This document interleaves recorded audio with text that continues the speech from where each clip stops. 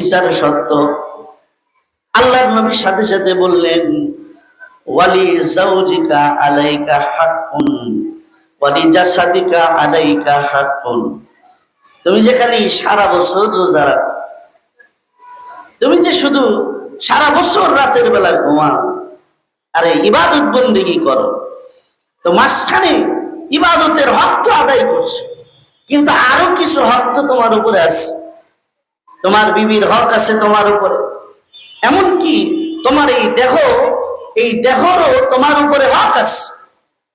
তুমি যে সারা বছর রোজা রাখো, সারা বছর রাতের বেলা জেগে জেগে নামাজ পড়ো, এর দ্বারা তোমার দেহের হক নষ্ট হচ্ছে। তোমার দেহকে খাদ্য দেওয়া দরকার, তোমার দেহকে রাতের বেলা বিশ্রাম দেওয়া দরকার। তুমি যে কোনোটাই দিচ্ছ না, করতে শুধু ভালো কাজ। হ্যাঁ, রোজা রাখা বলেন না এটা ভালো কাজ না খারাপ কাজ? রাতের বেলা তাহাজ্জুদ পড়া ভালো কাজ না খারাপ কাজ? অবশ্যই ভালো কাজ। এত ভালো কাজ উনি করলেন, রোজা রাখছেন, নামাজ পড়ছেন, তারপরেও নবীজি বলছেন তুমি এই ইবাদত আদায় করতে গিয়ে তোমার দেহেরও যে তোমার উপরে একটা হক আছে, ওই হক নষ্ট করছো তুমি। আর এই হক নষ্ট করার কারণে তুমি তোমার নিজের উপরে জুলুম করছেন। ইবাদত ভালো কাজ করলেন, তারপরেও নবীজি বললেন তোমার দেহের হক আদায় না করার কারণে, তোমার দেহের যে হক তোমার উপরে আছে সেটা আদায় না করার কারণে ভালো কাজ করার পরেও তুমি নিজের উপরে অবিচারকারী হচ্ছ, জুলুম করছো।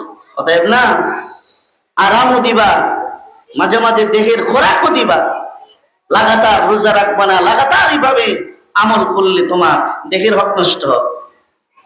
আমার ভাইয়েরা, তাহলে নবী আলাইহিস সালাম দেহের হক আদায় না করার কারণে তাকে বললেন যে তুমি নিজের উপরে জুলুম করেছো।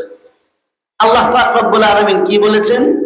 এই মাসের সম্মান রক্ষা করতে চাইলে নিজের উপর জুলুম করবা। আর নবী আলাইহিস সালাম দেহের হক নষ্ট করার কারণে ভালো কাজ করার পরেও বলছেন তুমি নিজের উপরে জুলুম করেছো। তাহলে নিজের উপরে জুলুম কাকে বলে এটা বুঝলাম। সাল্লি আলা মুহাম্মাদিন ওয়া আলা আলি মুহাম্মাদ কামা সাল্লাইতা আলা ইব্রাহিম ওয়া আলা আলি ইব্রাহিম ইন্নাকা হামিদুম মাজিদ। আল্লাহুম্মা বারিক আলা মুহাম্মাদিন ওয়া আলা আলি মুহাম্মাদ كما باركت على إبراهيم